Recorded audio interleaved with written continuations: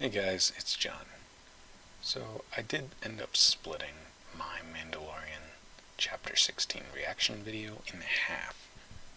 The first half will have my initial thoughts and what I really liked, and the second half is going to have more of the theory, speculation, asking questions sort of bit. So, just wanted to throw that out there. This is not my full reaction to the chapter, so with that said, please enjoy. So, first off, I just want to preface this video by saying, if you haven't already seen Mandalorian Chapter 16, The Rescue, then I'd really recommend you go check that out first before you watch this video, because I will be talking spoilers for the entirety of the episode, as well as maybe some minor spoilers for the rest of the series as a whole. So, once again, you've been warned. With that said, I would like to talk about my overall initial thoughts on the episode, and I gotta be honest, this episode was incredible. To begin, let's talk about maybe the first 80% of the episode, because I think that's really the strongest part, especially when I was watching it. That's the part that I enjoyed the most. So to begin, we catch up with Boba Fett on Slave One, as well as the rest of the crew, as they're hunting down Dr. Pershing, who is taking an Imperial shuttle, clearly to the light cruiser of Moff Gideon. And, of course, they stop the cruiser, obviously. Boba Fett gets to use his ion blaster, which is something I don't think we saw in the original trilogy or the prequels. It was really cool to see that weapon. We're really getting to see Boba Fett do a lot of dirty work here in The Mandalorian, which is really nice because he never got to do things like that not really in the Clone Wars, and of course we just really see him standing around and being badass in the original trilogy, the exception to which is when he actually tracks and outpaces the Millennium Falcon during The Empire Strikes Back. So once they've taken the ship, they capture Dr. Pershing and put him on Slave One.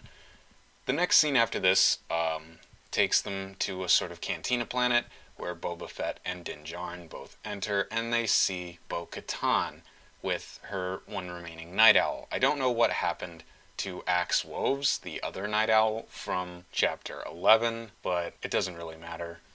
Anyways, immediately Bo-Katan calls Boba out on his armor, saying that he's not a Mandalorian and that he's a clone, because she recognizes his voice. He's the clone, of course, of Jango Fett, and, of course, Boba takes some offense to this because the armor was his father's and thus belongs to him. I'm a bit surprised that Din didn't actually ask about both Boba being a clone, but more specifically, him not being Mandalorian. But I suppose in the episode The Tragedy, Boba explains to Din that it was in fact his father's armor, therefore that makes it his. There's a little bit of a plot inconsistency there, but it's nothing crazy. Also, it seems that the other Night Owl recognizes Fett's armor, perhaps recognizing it as Jaster Muriel's, because we do learn in The Tragedy that the armor was in fact Jango's, of course, but before that, it was Jaster's armor. He's a character from Legends, the character who initially finds Jango Fett and introduces him to the new Mandalorians, of which Jaster's a part of. Clearly, Jango inherits Jaster's armor, and that obviously creates a bit of a rise between the Night Owl, former Death Watch, and a true Mandalorian wearing the armor. So, after this altercation happens, Bo explains that she wants the Darksaber, which Din doesn't really want. After all, Grogu is his priority. Following this, they talk about storming Gideon's light cruiser, which is something I predicted. I didn't think that they were actually going to go to a planet to rescue Grogu. There was a lot of speculation about going to Nar Shaddaa or other planets in that area of Hutt space, and I didn't really think that was going to happen. I figured the action was going to take place on Moff Gideon's cruiser, where the heroes would have the disadvantage. One of the things that a lot of people were worried about was the direction for this episode, which was Peyton Reed, the same person who directed episode 2 of this season, which was, of course, the Ice Planet and all of the Ice Spiders. And after watching some of the action, I really think that he was absolutely the right choice for this episode.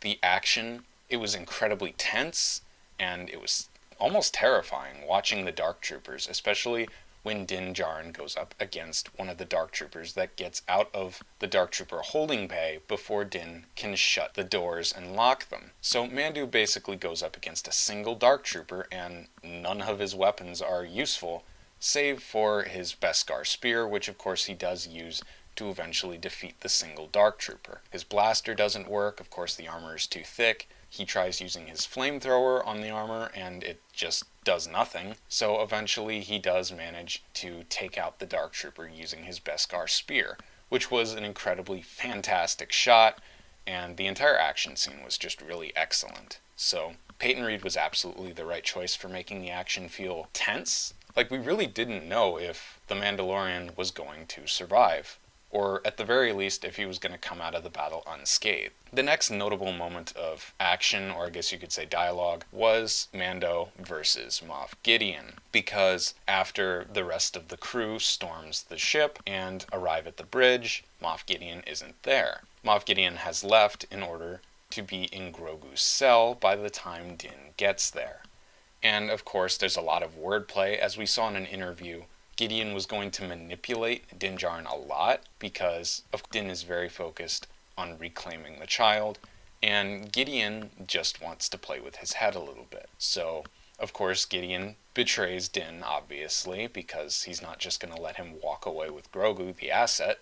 So he attacks Din, and of course Din is wearing full Beskar, so the Darksaber does not penetrate it. Something interesting to note is that while a lightsaber, or in this case the Darksaber, does not cut through Beskar, it was definitely heating it up, as we see in the following action sequence, which, by the way, was excellent. Watching Din and Moff Gideon go at it with their respective weapons was really fantastic, but we see as Gideon holds the Darksaber and clashes with Din's spear, we can see the metal of the spear heating up most dramatically, which was really cool to see. Obviously, Beskar isn't perfectly impervious to a lightsaber, and I feel like it could have very easily cut through the Beskar if given enough time to heat up and melt the metal, which again, really props to Peyton Reed for creating these tense action scenes. That was really excellent.